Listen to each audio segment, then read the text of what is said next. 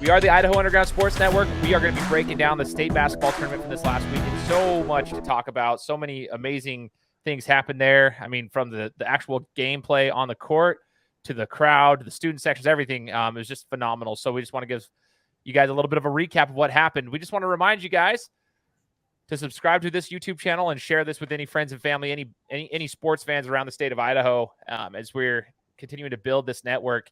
And we just want to say thank you for everybody who has, followed us and been part of this for the last 6 months since we began this journey. It's grown. We're not fully where we want to be yet, but we are growing, and that's the best part. And we want to thank everybody who has been part of it in some form or fashion. What we're going to be pulling up here at the, when we're done with the recaps of the state tournament, we'll talk to you guys about what's coming next for Idaho Underground Sports coming into the spring and summer and all that stuff. But we want to, I guess, we'll just talk about what's coming next later in the show. I'll just leave it at that. We'll tell you kind of what we're going to be doing, but we're going to be bringing on athletes and coaches and so forth for interviews when, as we get into some of the other parts of the year, so that we keep the content flowing for you guys. Quick reminder as well, everybody, thank you so much for following us on Instagram. If you haven't done so already, please do. It's at Idaho Underground Sports. That's our Instagram handle. We appreciate everybody who has followed us. That's where we were providing the majority of our content throughout the state tournament. So please follow us there. And for those who have followed us on Twitter, we've grown that quite a bit in the last couple of weeks. Go to ID Underground SN on Twitter. Follow us there. The last thing I'm going to tell you guys to do, I know there's a lot of instructions. I feel like a dad telling everybody what's going on, like do this, do that, do your chores. But if you want to show some support, go to iusnflames.com. We've had a couple of orders come in lately with some great purchases of our merchandise. We appreciate anything that you guys can do to contribute, but we also want to share the brand with everybody else. So if you guys want to represent the brand, we've got the Idaho Underground Sports Network gear. We've got EBC gear, Boise Sports Talk gear, Cherry Films gear, GTG gear. Go in there and purchase. And if you want something customized or something that's not on the website, feel free to reach out to us and we can talk about some options that we have there too if you want to represent some merch that might not be displayed there on the website.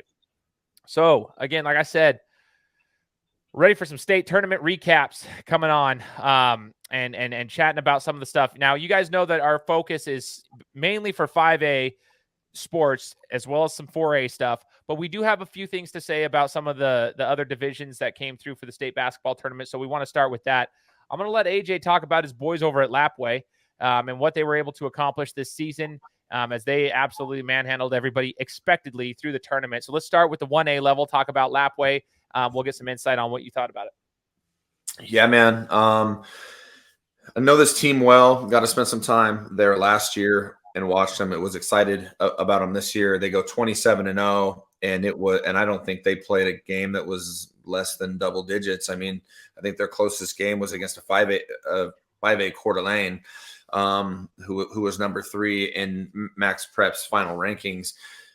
So these guys just showed up. They put on a show. Case Why Not had, I think, had 30 points through 3 quarters, or 28 through 3 quarters. I had to leave towards the end of that game. My daughter had a game, but Titus Yearout looked like potentially the Gatorade Player of the Year when I was there. Terrell Ellenwood Jones, every time he plays at the Idaho Center, he shows everybody what he's about. He's a super underrated junior guard that I believe led the state in assists at every level. And then Cross Taylor, AJ Ellenwood, they have so many pieces, so many guys that do so many things. I think that they probably, I had a couple conversations after the tournament with a couple different trainers, college coaches, a couple different high school coaches, and a couple of them thought Lapwai was the best team in the state, that they thought that they could have came to the 5A and probably won the tournament. Obviously having a difficult schedule like some of these 5A teams have, you got to show up night in, night out, can make a difference. But Lapwai showed that with a guy like Titus Yearout at the helm, as selfless as he was, man, this boy averaged 30 points a game as a sophomore, and then went to 25 a game last year with, I think it was about 7 assists. And he took a step back even further, and he averaged, I think, maybe 17 a game this year. And he got his guys off. I mean, they had 4 guys in double figures. Their 5th starter, AJ Ellenwood, averaged 9 points, 9 rebounds, I think 3 blocks. Titus really stepped back, and I don't even want to say step back. He just showed that he can dominate in a different way. That's what makes him special.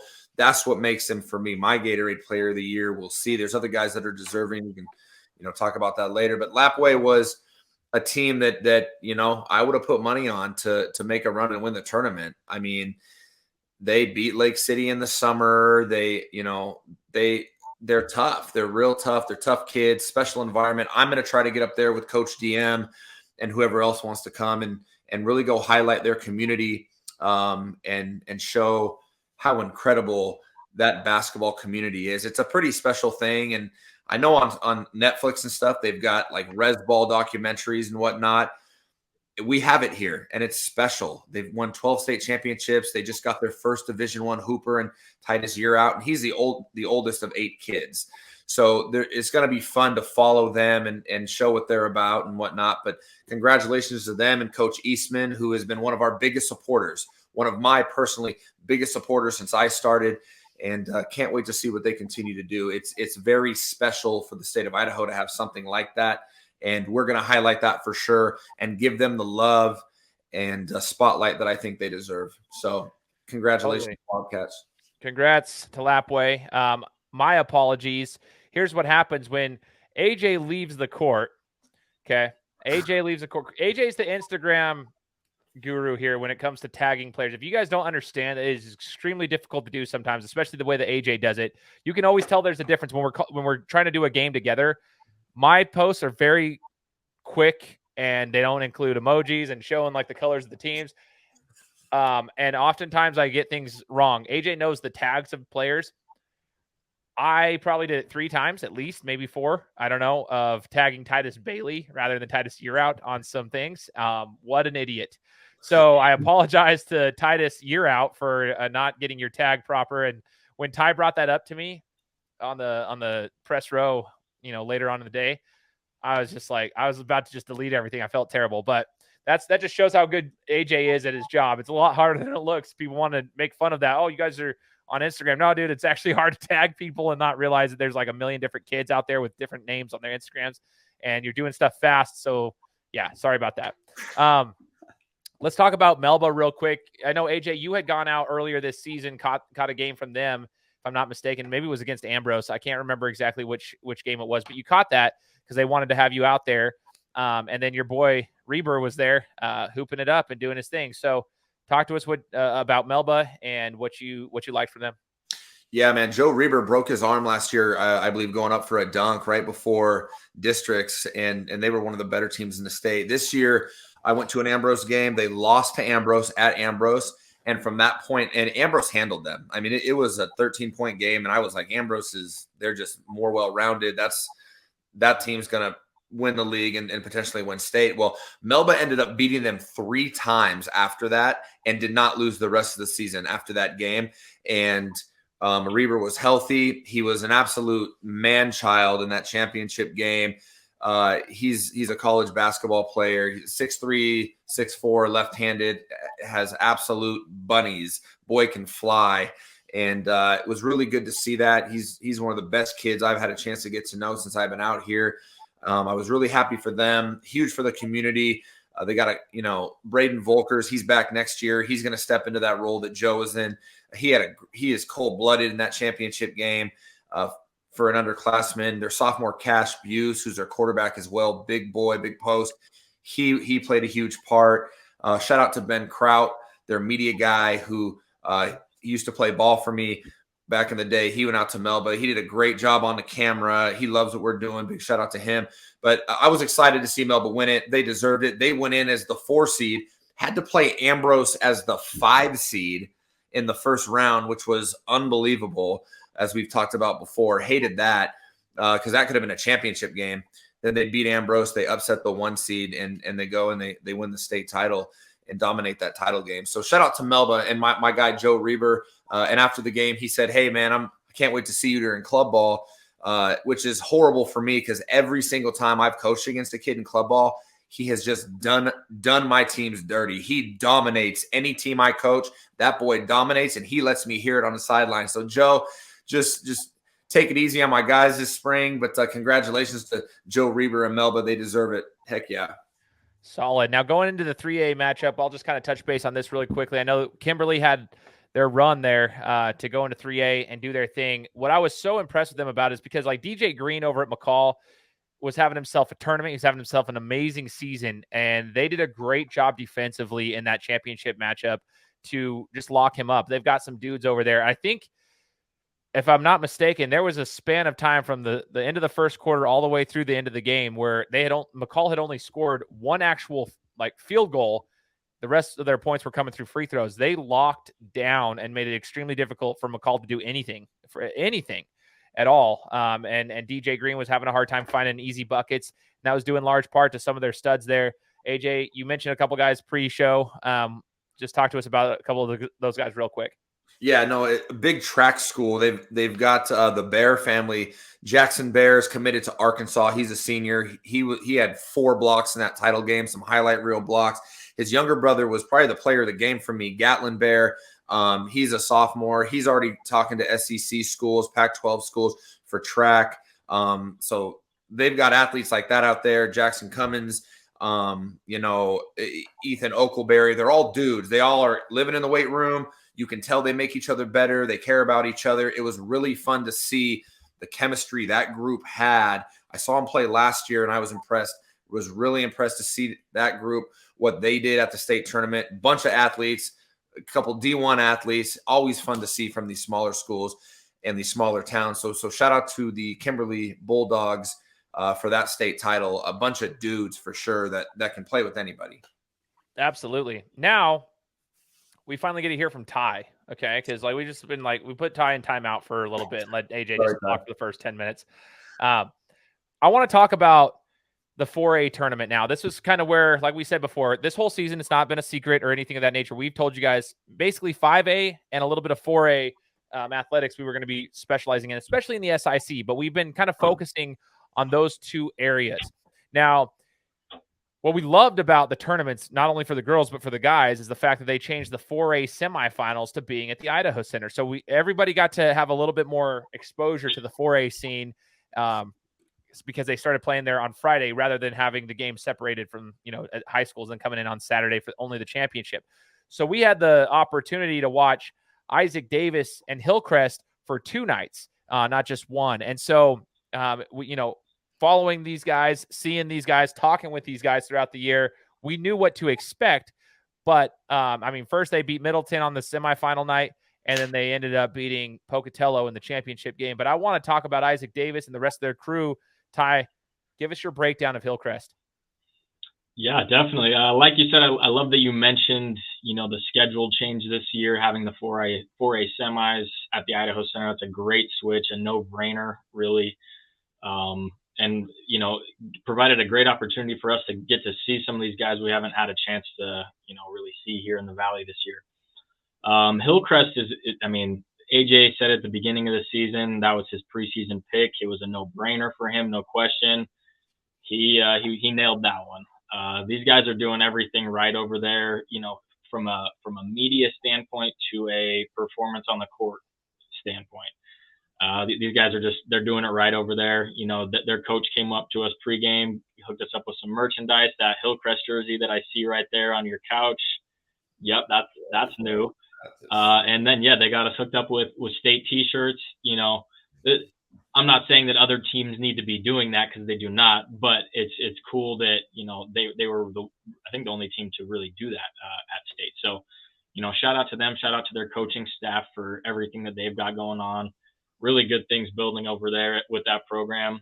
And like you said, with the name listed right below me here, Isaac Davis, I said at the beginning of our show, this is the best player I've seen play so far since covering high school basketball here in Idaho. Kid's only a sophomore, but physically is just, next level. Tree trunks for legs, jumps out of the building.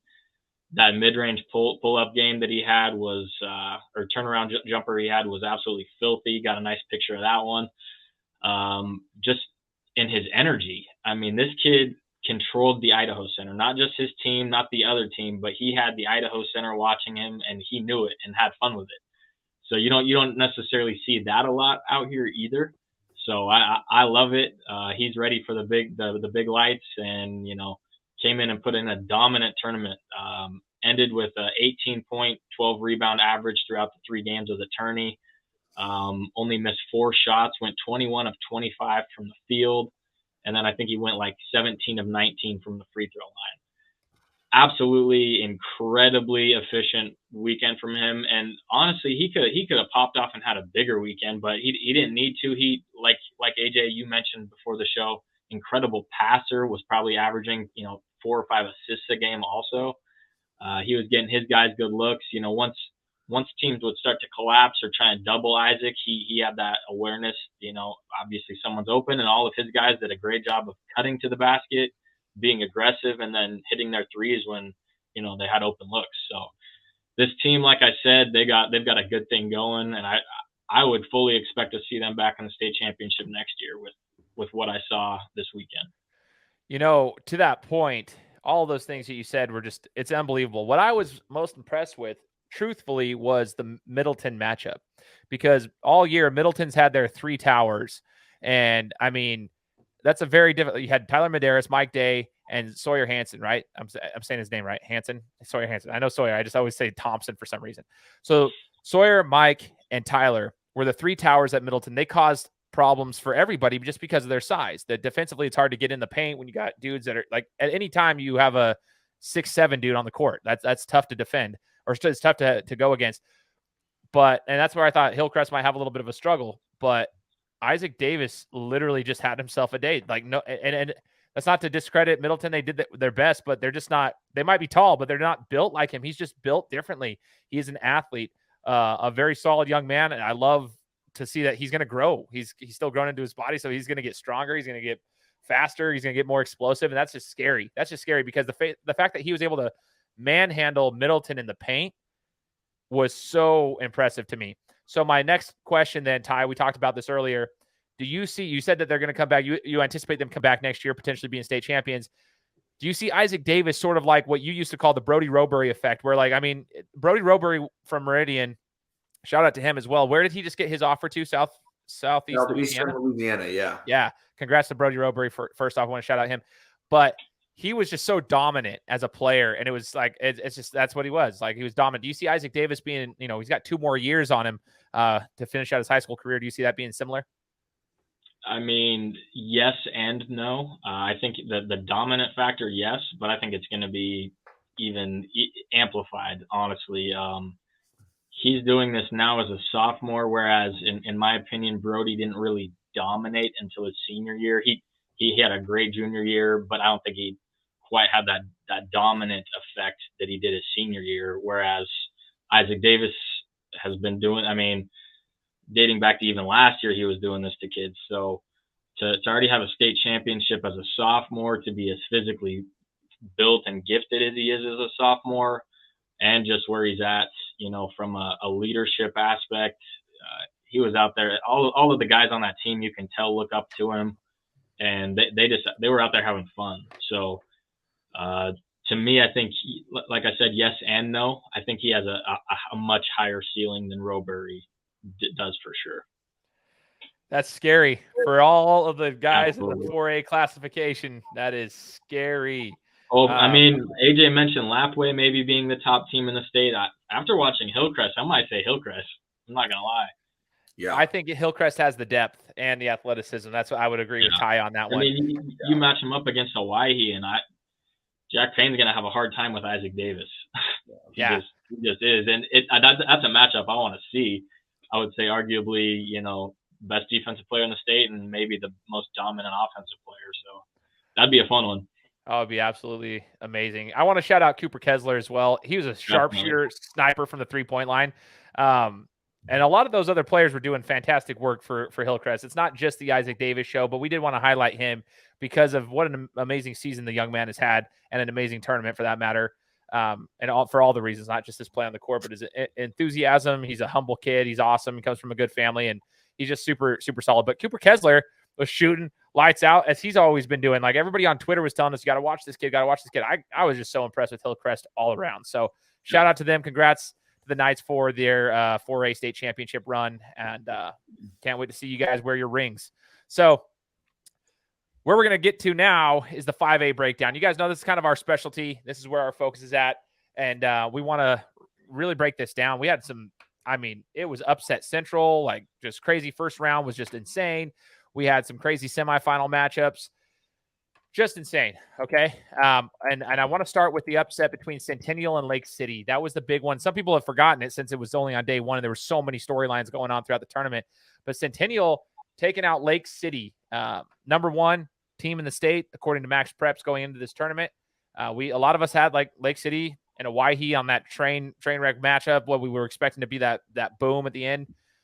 And Centennial came out there and did their thing. So Centennial, to me, was the team of the tournament that just, we all knew what their potential was, and they finally hit the way they were supposed to hit, and they were dangerous, dude. But, AJ, I want you to talk about that because those are both your guys on Lake City and Centennial. So break that matchup down and where you saw that at and were you surprised at all? Just analyze that for us. I think I was more surprised. I'm not surprised that Centennial can beat anybody. We've been saying that. The Bracket Buster post that we posted that night, it just showed that we've talked about that, right? We knew, we've coached these guys. We all spent time with these guys. We know what they were capable of as a group. I was more surprised that it happened because Lake City was very vocal and clear about not overlooking them. I got a call from one of their coaches, who I know very well from up there. And he said before the tournament, he goes, "Hey, like, talk to me about your boys at Centennial." I was like, "Well, they can beat you." Like, straight up, they can beat you if they play their type of basketball, because you really can't guard them straight up, because every one of them can get to the basket and every one of them is a selfless passer and every one of them is a shooter that understands how to move without the ball. They become very, very difficult to guard when they find a rhythm, which we all knew. And he said to me, he goes, "Oh yeah, no, we know they definitely have our attention." And I thought that was, I think I mentioned that last week, but that's respect. That shows that Lake City was locked in. They were ready to go.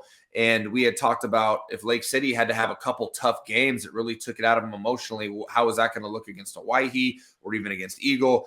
Well, they couldn't get past Centennial because Centennial turned into the team we thought they had the potential to be. And it was on the biggest stage, which for me, full disclosure, I would say this to these guys at Centennial as well. I didn't necessarily think they had that in them. Just from a mental standpoint, me knowing those guys all grew up right in front of our eyes. They showed some mental toughness, and they believed, and the crowd believed. The school got behind them. The community got behind them. It was a true March Madness Cinderella story, right? And so it was super fun to watch it happen. Felt for the Lake City guys. They ran into the wrong team at the wrong time and the wrong matchup, right? It became about matchups, and a lot of people don't agree with that. But Lake City they didn't, we thought they were going to be playing their best basketball. They lost to Lewiston, and then they completely just ended Lewiston's season by beating them by 50 in that game. And then we were like, okay, Lake City's here. They're ready to go. They're making a run. They're the team that they may be the team to beat, but it's going to be them and Owyhee. And Centennial said, "Nope, can't guard us." And then they said the same thing to a team that had beaten them in Rigby, which I'm sure we'll touch on. But Lake City. Let me ask you this: Do you think Lake City wanted it too much? Maybe. I felt that they were. They were purposeful with what they were doing. They were urgent about things, but it was almost frantic. And as soon as it wasn't going their way, they crumbled, in my opinion. They buckled. Yeah. They missed a lot of shots. They had guys that were just out of character. I'm not going to definitely not throw names out there, but they had guys that were out of character, and they had been there, done that last year. They were ready to win this thing, and they thought they should have won it last year. The confident group, a physical group, bunch of really good hoopers, but man, Centennial we said it, man, and just pat ourselves on the back, honestly, because as media members, like you get excited when you make a call, and a lot of people, like after the first loss to Owyhee, I had Owyhee fans all over me. Centennial sucks. You don't know what you're talking about, blah, blah, blah. And I'm glad Owyhee got a chance to see up close and personal that Centennial had the ability to win that state championship game. A play or two goes different. I mean, Coach Harrington after the game even said to me, man, they figured it out and they were tough. They were right there. So Centennial ended up being the second best team in the state at the 5A level, a team that they had the ability to be all year. It took them a while. They caught fire, and it was an absolute pleasure and joy to be a part of that, and I'll never forget it. Such a great story, man. We love Centennial for that. They had some amazing games. Another game that was huge. I mean, we said it was the first round was about upsets. Let's talk about Rigby and Eagle. Rigby was coming in, and we thought Eagle might potentially be able to make the state championship and make a run at it too, and maybe get the rematch against Owyhee. And they came up just short, barely short. Great play design. 3-pointer in the corner just didn't fall for him at the buzzer. I thought it was a phenomenal play design though, just to get a good looking shot. But Rigby ended up ending Eagles' season early, as far as their title hopes, I should say. Ty, Eagle versus Rigby. Let's flash back to Thursday. I know there's a lot of basketball action that we were focused on, but what do you remember from that game? What's the analysis that you have for them? Well, my biggest takeaway from that game, and I hate to even say it, AJ's gonna be pissed at me for bringing it up again. Eagles trailing big first half. I think they ended up down by 22, to start the second quarter or something like that. And I can't remember which one of you guys I was talking to about it, but I was like, they got to get this to within 10 before halftime, or they're not going to win. They ended up being down by 12 at halftime. I go up to AJ, I say they're going to lose by 2. Well, they lost by 2, and I felt terrible about it. But ultimately, they dug themselves in too big of a hole, and Rigby was too good of a team, and they couldn't put them away. They had them. They were up by 5 late in the game, and ultimately just couldn't close it out. Definitely a heartbreaker felt for those guys, but hats off to the Rigby guys as well. I think we saw the toughness that those guys have displayed all year long, from the football field to the basketball court. Just something different out there at Rigby. I think they just got a different mentality and a different physicality as well. So hats off to them. Carson Barber had a great tournament. Jacoby Jones was fun to watch. Sam Coons, he can jump out of the building. Actually, I'm surprised he didn't pop off a little bit more than he did this weekend. I thought he had the ability to do so, but hats off to those guys. They had a great tournament, ended up finishing 3rd place. So hats off to them. Eagle lost to a good team, but they shot themselves in the foot a little bit. So. Yeah, one of the things I noticed is there's a couple of teams out there. They started slow. Eagle was one of those. It's an environment you might not be used to. That's why the whole March Madness setup for even college is crazy, because the pace, it's fast off the bat. You've got to be ready to roll as soon as the game starts, because teams are going fast. The referees are letting things go a little bit more, which we can debate at a different time. But there's a lot of things. The flow of the game is so much faster, so you better be coming ready to go. You don't really have time to dig yourself out of a hole. At that point, shout out to Tyler Peters, because he came out and played with that intensity into that speed, and he was ready for the big moment. He was really, him and Donovan were the 2 bright spots for Eagle. They left it all out on the court. Just a couple shots didn't go their way, and such is the name of the game. And Peters ended up getting a great look at the end that would have won it for him, but sometimes you just don't hit. But you feel bad for him. I got a pick of Gage Jones kind of coming up to him while Peters was still on the court after missing that shot. And you feel for these guys big time, but then you got to think about it from the other side, and happy for the Rigby guys. So makes it tough. Absolutely. Rigby was monstrous. I want to stay on that side of the bracket before we go to the other side, though, because we already touched base on it. Centennial meeting Rigby in the semifinal matchup. We talked to those guys. We went over and grabbed a bite to eat after the first round games, in the middle of the first round games. Grabbing a bite to eat. We're talking to the Centennial guys, and they were ready for Rigby. They were excited. They were ready to rock and roll because they wanted that rematch against Rigby. They were talking about how, they had played them in the Christmas tournament, the situation that went down there, how they felt like they should have had them if they weren't sick, and yada, yada, yada. And they were ready to rock and roll. I thought Centennial did that. I will say this, though. I didn't talk to many people about this game while it was happening. I felt like Rigby almost broke Centennial, because Centennial had the momentum. Everything was rolling. But there were so many times, even when they were up by 8, I felt like I was like, uh-oh, like it's slipping, they're breaking. But again, Centennial showed that toughness that AJ said he didn't know if they had. Like he didn't know if they had it in them. They displayed that again. They kept fighting.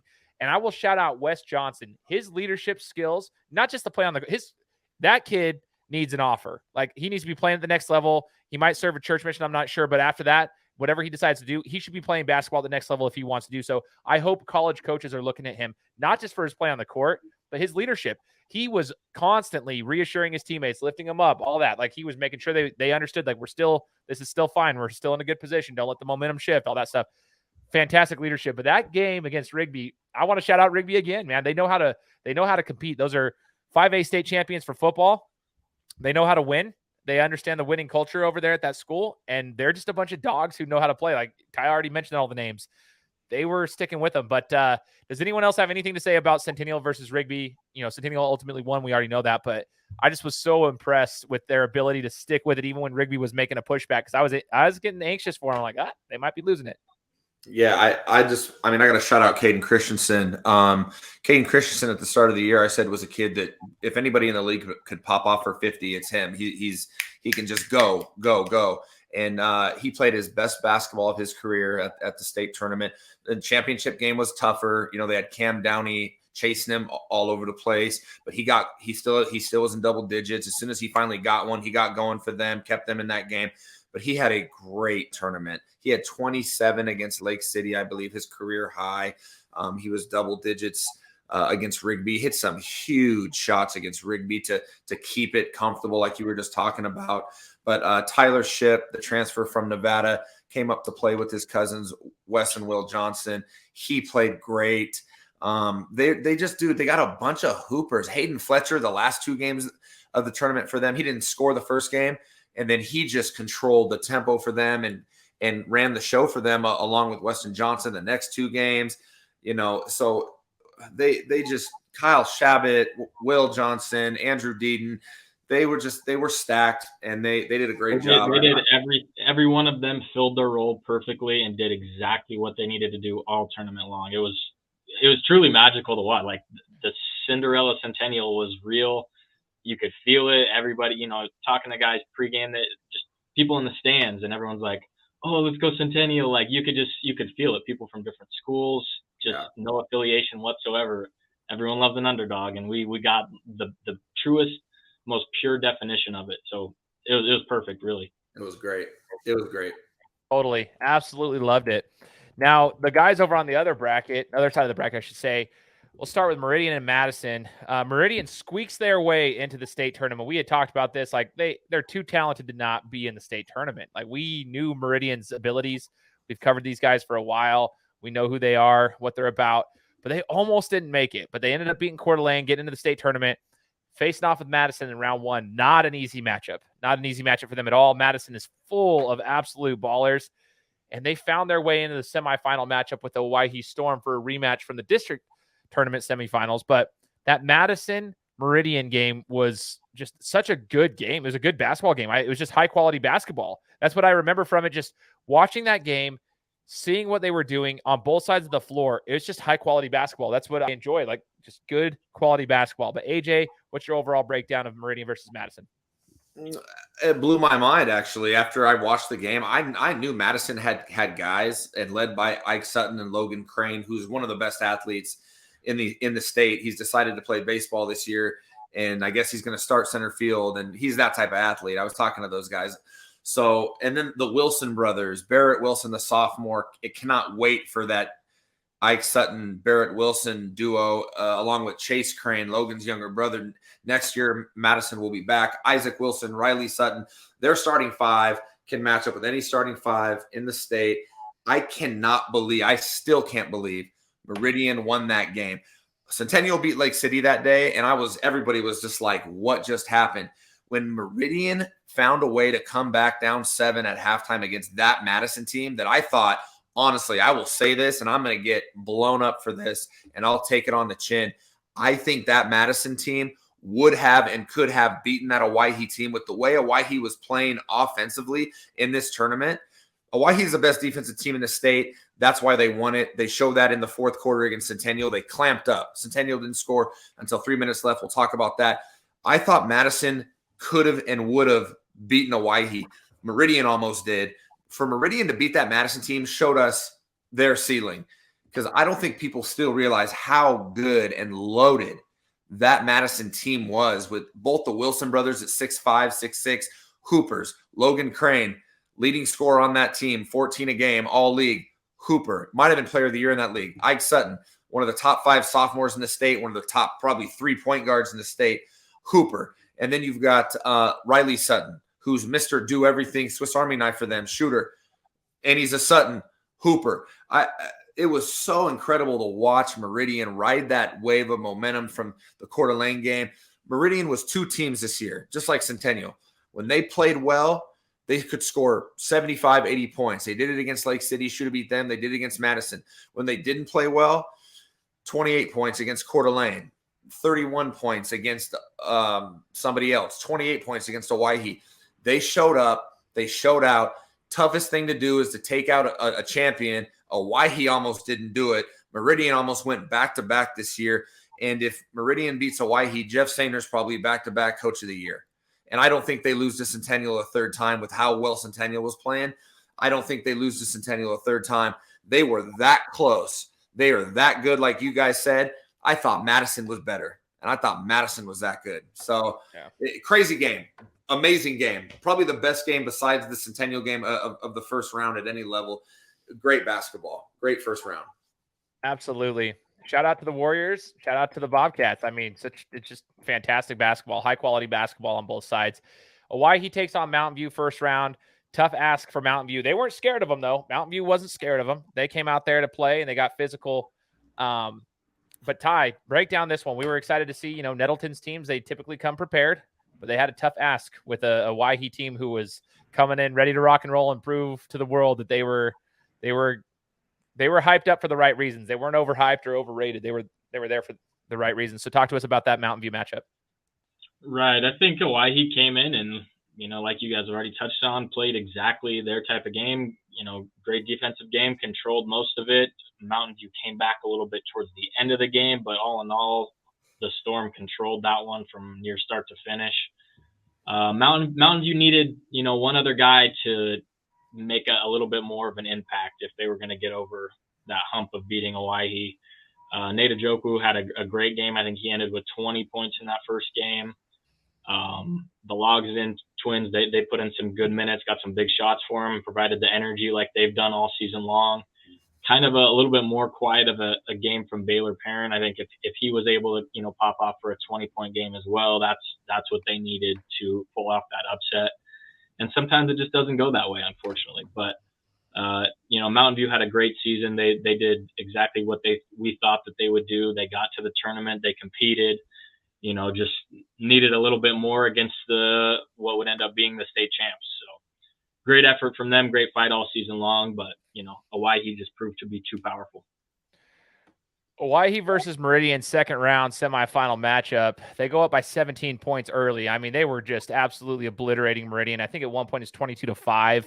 Meridian looked completely lost. It was one of those downsides. You're like, oh, great. It's going to be a repeat of the first time they played rather than the second time when they caught them in the district semifinals.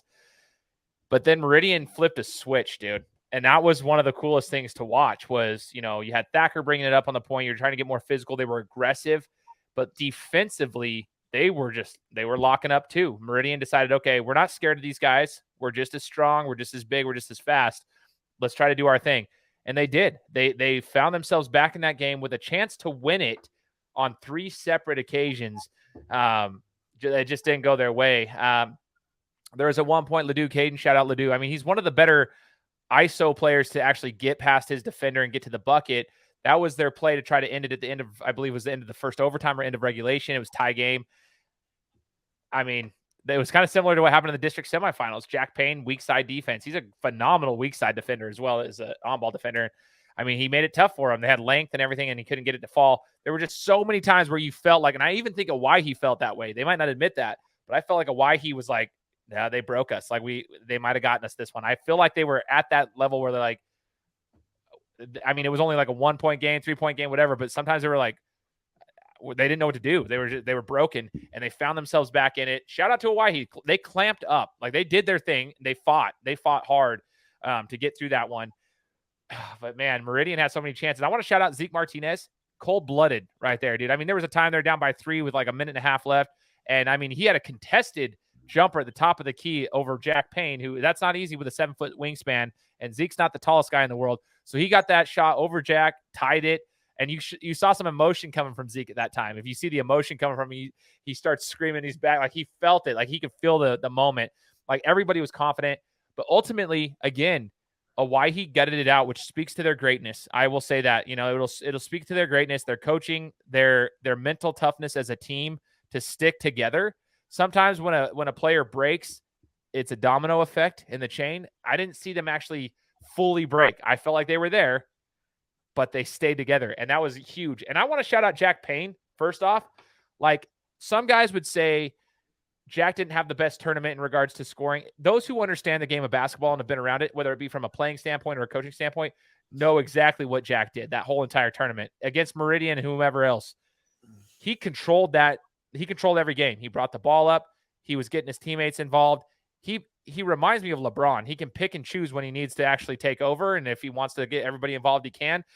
But I love Owyhee for being able to have their star players play defense, for one. Their star players lock up on defense, too. They're not just one side of the floor like I am. So they play a completely different style of basketball than me, and I respect them so much for that. But Jack Payne, just shout out to him getting through Meridian, ultimately winning the state championship. I thought his impact was just phenomenal. Anything to say about him before we break down the actual championship game? Yeah, he's special. And if you do understand the game, you understand that when you have a guy that can dominate a game without having to score the basketball, you've got something special. And that's why he's a Colorado State commit. And Colorado State has a guy that will be going to the NBA this year. I believe he was player of the year in that conference. He will be going to the NBA. So that's who Jack Payne is. He's that type of level. And so what I noticed most is that whoever Owyhee played against, Owyhee doesn't give up layups because Jack Payne's on the floor. I don't know if Centennial got a single layup. I know that Jack had 5-6 blocks. If you go back and watch the highlights, I was like, Centennial had no ability to get a layup. They had to beat them from 22 feet, and they ultimately weren't able to do it because of the defensive pressure that Owyhee. Because anytime anybody had a layup, Jack's there, altering shots, and that's why he was our tournament MVP. It's not always what's on the stat sheet. It's how big of a difference you make, his leadership, all that type of stuff came into play. Jack Payne, like Ty said before, we're going to see a different Jack Payne. It maybe wasn't like statistically outrageous, but he changed, his presence changed everything. Guys having to think about, Jack's behind me. Where's Jack? What is Jack going to turn this into a volleyball session if I shoot this layup? Like that makes a difference. And that's what he was doing. I mean, he blocked Tyler Shipp halfway up the crowd on a 3-point shot. His explosiveness, his IQ, his anticipation, all those things that aren't on the stat sheet is special. That's why he's a Colorado State kid. That's why Colorado and Utah and everybody else was after him, those Pac-12 schools. And I'm excited for the kid. And the kid, I said it, I posted it on my page. The kid has been taking just a verbal lashing from people out there who are jealous, who are angry, who are upset. And he's had to deal with that. And it's been emotional for him. He's a survivor, though. He's been through stuff like this. He'll get through this. It'll make him better. Shout out to Jack Payne, one of the best players in the state, probably my 5A player of the year right now, and a potential Gatorade player of the year. Good for you, bro. Hold up your chin, hold up that trophy, and keep that smile, bro, because you a bright light, man. Congratulations. Shout out to Owyhee for winning the state championship. I mean, they got there, they fought. You got to play both sides of the floor. It wasn't always pretty. I think that's credit to a lot of the other teams that played them, but they got it done, and that's impressive because Jeff Sainer once said it's not always the best team that wins the state championship. It's the team that can play the best for 3 straight days. And Owyhee gutted it out for 3 days. I mean, for 2.5 days. They gutted it out, did their thing. They locked up on defense. They played their thing. Jack did his thing, like AJ just said. They win the state championship. That state championship game, though, I want to give people an understanding of what it was like just sitting there from our perspective and seeing the crowd fill in. Probably about 2 hours prior to that is when it started kind of like really filling in. But I was told by somebody that was in the administrative side that they believe that was the largest crowd in Idaho State basketball championship history when the 5A game began. They don't have official numbers yet, but one person said it had to have been 9,000 or more. So they're waiting to get official numbers from the Idaho Center on that. But either way, it was just electric. I loved the setup. Whoever put the administration that decided to take the curtains down as far as like not being all the way up and opening up the back seats. So even though those seats are a little further away from the court, they still allowed for the entire arena to be able to be filled at the Idaho Center, which normally they don't. They have those curtains all the way up and they won't let people sit in the back because you can't see it anyways. So I thought that was a huge move this year. A good move, understanding that it's probably going to be packed. It's just a phenomenal atmosphere. Absolutely amazing atmosphere for the Cinderella team in Centennial, the powerhouse in Owyhee. Great show out from the fans. Loved seeing everybody there. It didn't help trying to get out of the stadium. I'll tell you that. That sucked. But getting in there and just having the emotions was amazing. Now, I brought this up earlier. I thought Owyhee was about to run away with this with Centennial at the very, very beginning of the game. It was the very start. But again, I'll speak to Wes Johnson's leadership. I saw him a couple of times just saying, okay, I'm going to take over, whether it be on the court or with the leadership, just telling his guys to keep their heads up. And they fought back. And there was a time, Owyhee was Centennial was leading at halftime. They were fighting and fighting hard. And there were some times where I thought they might be able to extend the lead even to get a higher lead, such as like getting it up to 9, getting it up to double digits. And, Owyhee fought back, but Centennial was there and they belonged to be there. And they showed everybody that. Ty, thoughts on the championship game?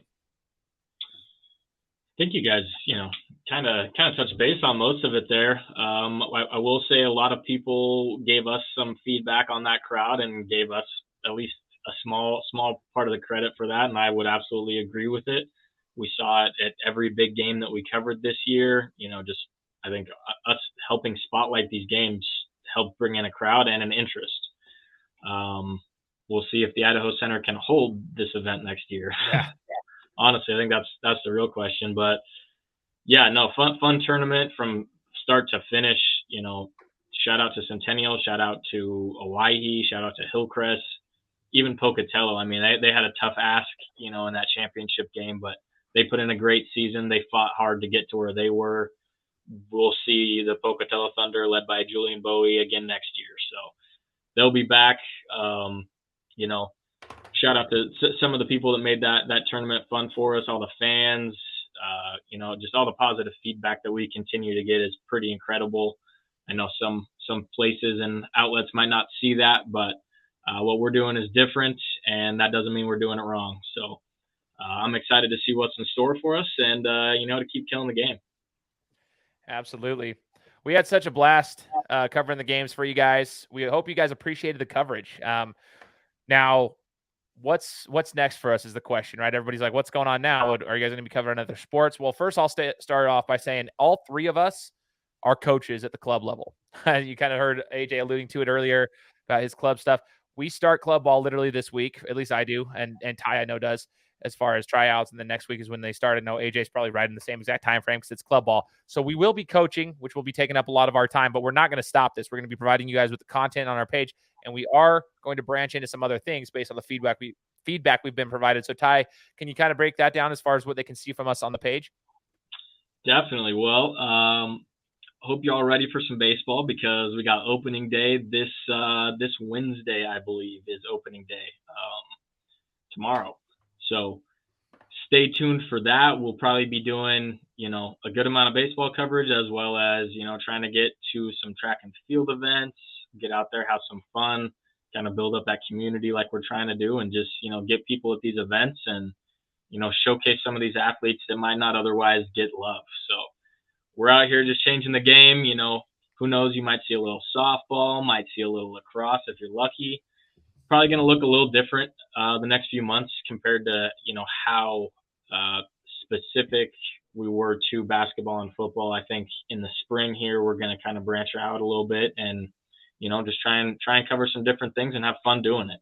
I think that gets lost in sports sometimes is the fun part. And, like I said earlier, just because we're doing it different doesn't mean it's wrong. So, this spring will be fun. I'm really looking forward to it. I know, it'll be nice to get back outside. First month or so, maybe, might not go out as much. March and April in Idaho are about as bad as you can ask for. But once that sun's out, we'll be having some fun outside rather than being cooped up in these gyms all night. Heck yeah. Guys, it's always fun. I know the guys feel the same way I do, but for the listeners out there, when the season ends for a particular sport after you've provided the coverage throughout the whole, it's almost like it's sad, sort of. Like you kind of feel sad. Very bittersweet. Yeah, Very. We're really happy about the reception we've had with majority of people out there. The growth of this network so far in the first 6 months of its existence. Football season was phenomenal. Basketball season was phenomenal. We're going to continue to utilize the feedback to try and, we're also going to use this time to take that feedback and try to, figure out how next year looks as well. While we'll be providing coverage for other sports, we're going to try to put together our business model and make the adjustments that are necessary and add what we need to add. And we just hope to be able to continue to provide you guys with this as we continue to break this down. So shout out from all of us. I can speak for every one of us saying thank you guys for the support so far. It was fantastic. Basketball season was phenomenal. We had an absolute blast covering these teams from across the valley, not just the front runners. We covered everybody. And we loved it from the valley. So thank you guys for letting us come to your gyms. To all the ADs out there, thank you for working with us and allowing us to showcase what we do, and allowing us to just show the skill sets that we have, even though it might be different. Like Ty said, it doesn't necessarily mean it's wrong. So we appreciate that. And on behalf of AJ from EBC Media, Ty from Boise Sports Talk, I'm Shane from the Game Time Guru. We are the Idaho Underground Sports Network. And this is Gym Session. We'll talk to you next week. Take care.